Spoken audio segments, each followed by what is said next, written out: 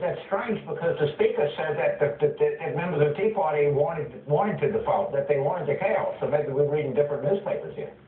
Nah. I mean, there's a strong element of the Republican Party that they want to default. You've got to understand that.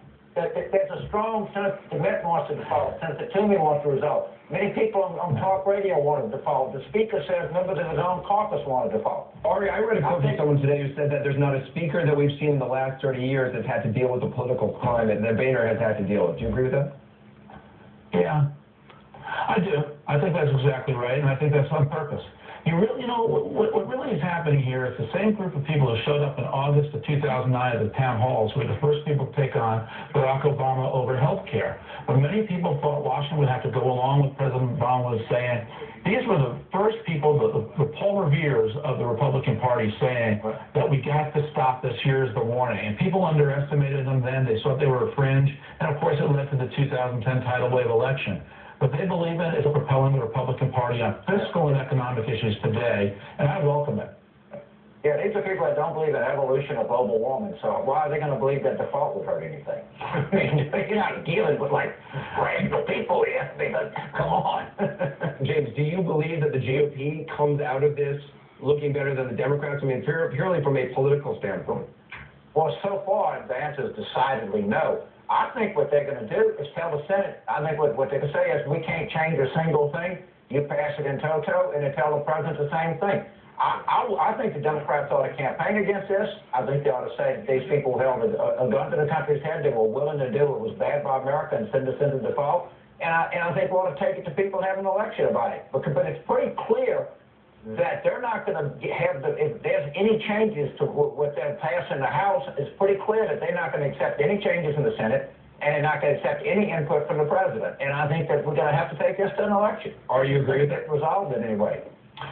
Anderson, I think that if the Boehner plan fails in the House of Representatives tomorrow, it's going to be a political calamity for Republicans. If it passes in the House tomorrow, I think it's going to be a political calamity for the Democrats. Because at that point, the Democrats are going to have to realize that the only way the debt gets increased is with Democratic votes and for a plan that does nothing but cut spending and does not increase taxes. That is going to make the liberal base of the Democratic Party become unglued. And I think the likelihood is Barack Obama will sign that. And that's why you hear panic in the voice of James and another liberals who fear that Republicans are actually getting their way. I don't know how to tell you this, so let me explain to you.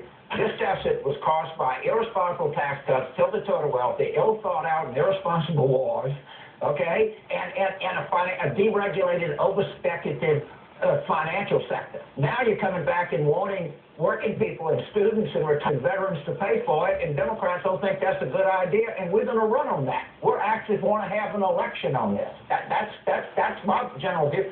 Sign it and then take it to the public, and let's see what happens. You know, James is pretending the Obama stimulus was cost more than $800 billion and was supposed to keep unemployment below 8%. It never even took place.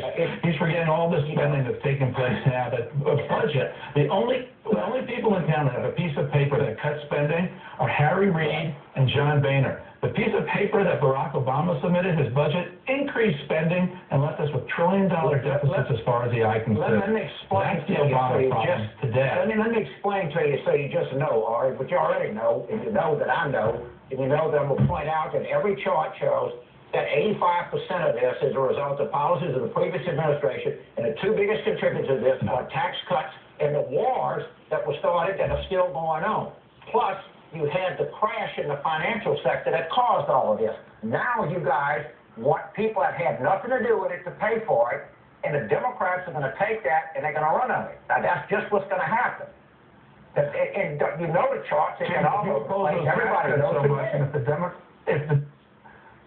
If the Democrats are so against those Bush tax cuts, then why did they extend them all for 2 years? And what James is really saying is he wants to raise taxes on all Americans. Yeah, he wants to take away the marriage penalty relief that George Bush gave to all Americans, the child credit that George Bush gave to all Americans that Barack Obama extended to all Americans.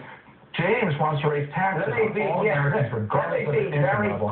That's the implication that we oppose the Bush tax cuts. Yeah. I so oppose the Bush tax cuts. I particularly oppose them on people making a return to the $1,000 a year. I oppose the tax credit that they give to special interest groups. Absolutely.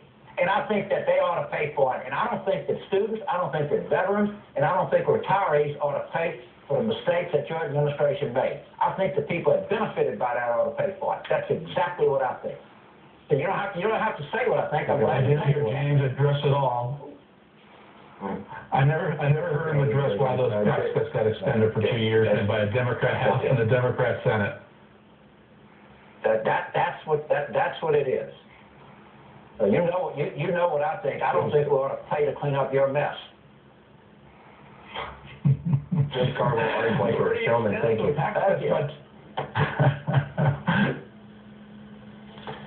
Got pretty heated. Still had new video.